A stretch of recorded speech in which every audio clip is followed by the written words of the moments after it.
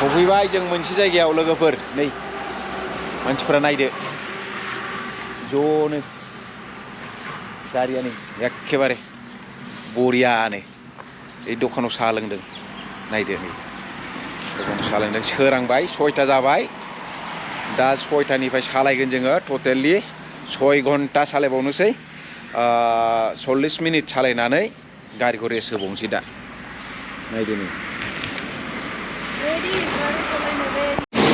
माबायदि लाङो माबायदि दोनहैयो नायदो जोबोद खस्थ' गैया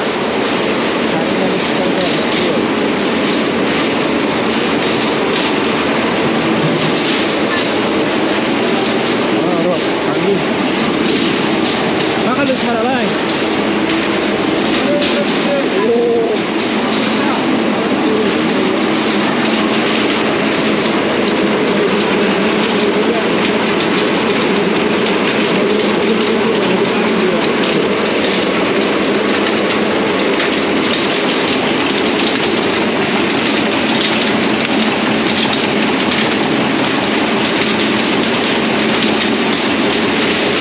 बे बिगुर गोजा गासिबो बे बिगुरा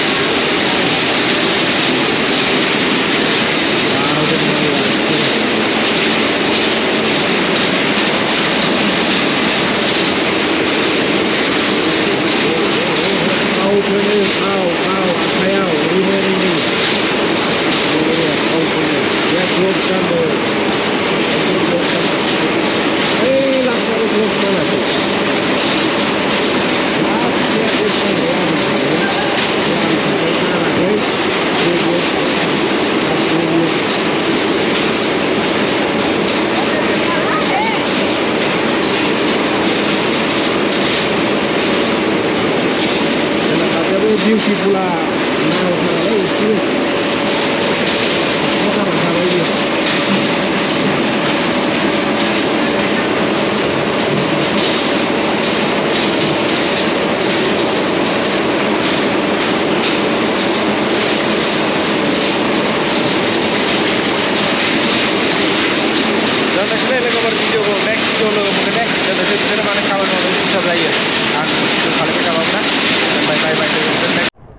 नोंथांमोन नै सफैलायबायलै मोनसे जायगायाव मा जायगाथाय मोनथिला बास स्टेन्ड बायदिसिना मा जायगाथाय मोनथिला बेखौ नायलांबाय थादो क्रसिं बेयाव जों दा थांगासिनो दङ मा टाउनथाय बियो मेंगलर चिकमेंगलर ना मांगलर ना मेंगलर बेखौसो मोनफैबाय दा जोङो ओमफ्राय दा थांगासिनो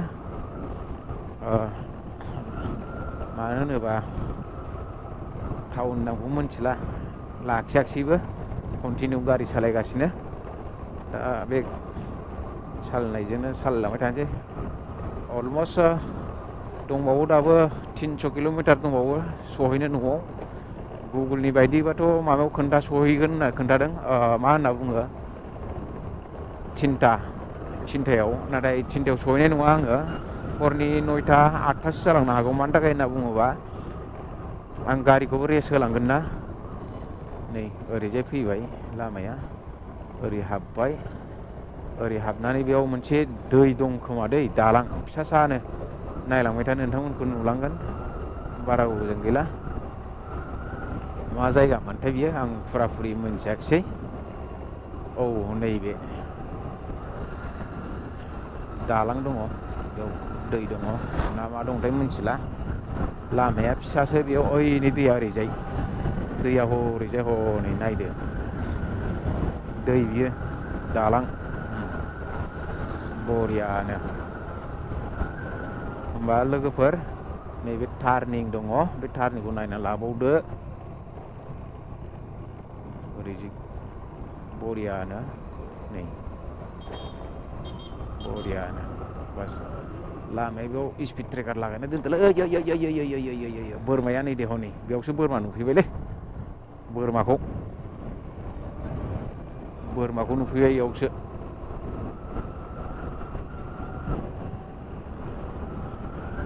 लोगो मोनसिगोन लोगोफोर नेक्स्ट भिडिअ। बाय बाय दै लोगोफोर दै।